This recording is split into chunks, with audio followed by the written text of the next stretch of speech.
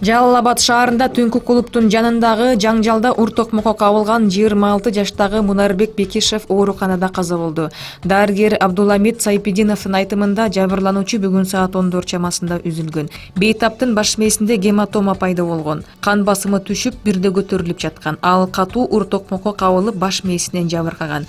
Организми жаш болгондуктан көтөрө алган эмес. Бүгүн таңга жуук кан басымы турукташып, абалы кечээкиге караганда бир аз жакшырган болчу. Бирок саат 14 чамасында кан басымы түшүп каза тапты.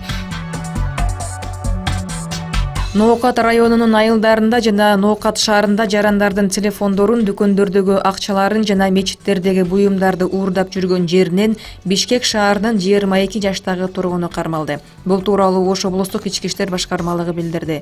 Кармалган адам аталган аймакта кеминде 9 уурулук фактысы боюнча шек саналууда. Ошондой эле Бишкек, Ош шаарларынын Баткен жана Ысык көл облусунун аймактарында дагы ушундай эле уурулук кылып жүргөндүгү аныкталган. Кой Таш айылында түзүлгөн кырдаалды иликтөө боюнча мамлекеттик комиссиянын мүчөлөрү бүгүн Равшан Жээнбековдун жана ички иштер министринин мурдагы орун басары Курсан Асановдун маалыматын угушту. Жыйындын жүрүшүндө алар 7-8 август күндөрү Кой Таш айылында окуялардын өнүгүшү, өздөрүнүн түздөн түз катышуусу тууралуу айтып беришти. Мамлекеттик комиссиянын мүчөлөрүнүн суроолоруна жооп беришти.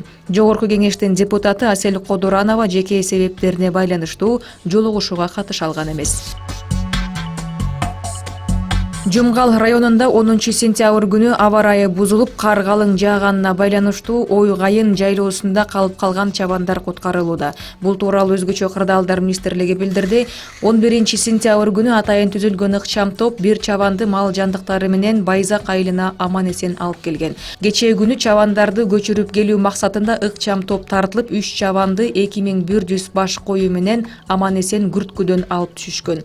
Жалпы облус боюнча 2100 баш кой, 13 ири мүйүздүү мал түшүрүлгөн. Түркстан облусунун Ленгир шаарындагы номер 7 мектеп лицейинде белгисиз заттан ууланып ооруканага жеткирилген 8 окуучунун экөөсү жандандыруу бөлүмүндө. Бул тууралуу облустук билим берүү башкармалыгы билдирди. Маалыматка караганда кечээ 10-класстын окуучусу Танапис маалында мектептин фойесине кичине баллон менен белгисиз зат чачып жиберген. Натыйжада 23 окуучу, 2 мугалим жана мектептин дагы бир кызматкери уулануу белгиси менен райондук ооруканага жеткирилген.